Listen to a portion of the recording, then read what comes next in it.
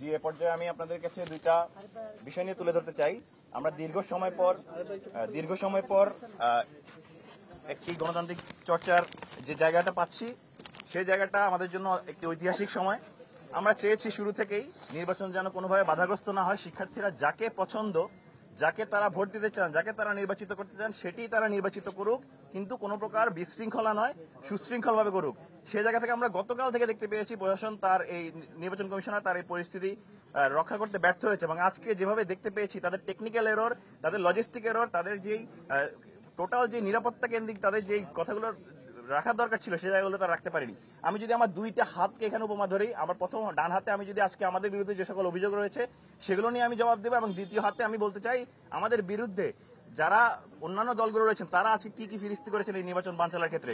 প্রথমত বলা যায় আমাদের বিরুদ্ধে অভিযোগ আনা হয়েছে ভোরে আমরা নাকি 21 নং হলে লিফলেট বিতরণ করেছি। এই অভিযোগ এনে আমাদেরকে গণতান্ত্রিক ছাত্র সংসদের সদস্য সচিব সেখানে মব তৈরি করে উল্টো আমাদের উপর দায় চাপিয়েছেন।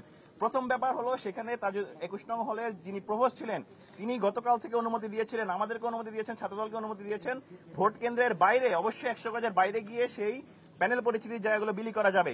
ওনারা সেখানে পরিকল্পিতভাবে এসেছেন, এসে আমাদেরকে পরিকল্পিতভাবে এইগুলো টেনে হিচড়ে আমাদের যেখানে ওখানে যারা পোলিং এজেন্ট ছিলেন বা আমাদের সমর্থক ছিলেন তাদেরকে অপদস্থ করেছেন, তাদেরকে মব তৈরি করে সংবাদ সম্মেলনে এসে বিভিন্ন জায়গায় বলার চেষ্টা করছেন আমরাই নাকি এই জায়গা করেছি। এই জায়গায় সুস্পষ্ট মিথ্যাচার। দ্বিতীয়ত আমাদেরকে বলা হচ্ছে আমরা নাকি ওএমআর মেশিনের যে প্রতিষ্ঠান থেকে আনা হয়েছে সেই প্রতিষ্ঠান নাকি জামাতের প্রতিষ্ঠান। এটা দিয়ে আপনারা অনলাইনে ফাইল আপ দেখতে পাবেন। আমরা আপনাদেরকে বলতে চাই যেই প্রতিষ্ঠান থেকে আনা হয়েছে HR সফট বিডি, সেটির চিফ এক্সিকিউটিভ অফিসার সিইও হলেন রকমুনুর জামান রকি। ওনার রনি ওনার ক্ষেত্রে আপনি দেখুন, ওনার পোস্ট দেখুন, কাউকে অপমান অপদস্থ করতে গেলে একসময় প্রকৃতির নিয়মে সেটা ফেরত আসে। খালেদা জিয়ার ছবিকে বিকৃত করার প্রতিবাদ জানিয়েছেন উনি। বিএনপি চেয়ারপারসন খালেদা জিয়ার আইনজীবী, বিএনপি আইনজীবী সম্পাদক সানাউল্লাহ ওনার ব্যাপারে সে প্রমোট করে ফেসবুকে পোস্ট দিয়েছেন। এবং আলহামদুলিল্লাহ তিনজনই দিনাজপুরের কৃতি সন্তান। খালেদা জিয়ার পারিবারিক ছবি, এবং আপনি দেখেন মির্জা ফখরুল ইসলাম আলমগীরের ছবি। সর্বশেষ দেখেন তারেক রহমান এবং ডক্টর ইউনূসকে এখানে ধন্যবাদ জানিয়ে ছবি। আরো রয়েছে সবগুলো দেখেন উনি ওনার রাজনৈতিক পরিচয় ছিল বিএনপি ব্যাকগ্রাউন্ডে। তাহলে আসলে কিভাবে মিথ্যাচার করে জামাত নিয়ন্ত্রিত। আমাদের কথা হলো হুএভার হি ইজ, মেশিনটা কোন প্রতিষ্ঠান থেকে আনা হয়েছে সেটা কোনো ফ্যাক্ট হওয়ার কথা না। সে যদি বলতে তার যদি মেশিনের কোনো ত্রুটি রয়েছে কিনা, মেশিনকে আসলে ওএমআর মেশিনে কোনো ফল্ট রয়েছে কিনা আপনি সেটা এরর করুন। আমরা যদি বলি বর্তমান বিশ্ববিদ্যালয়ের যিনি উপাচার্য রয়েছেন তিনি তো বিএনপির জাতীয়তাবাদী শিক্ষক ফোরামের সভাপতি ছিল, তাহলে কি বিশ্ববিদ্যালয়টা বিএনপির প্রোডাক্ট হয়ে গিয়েছে?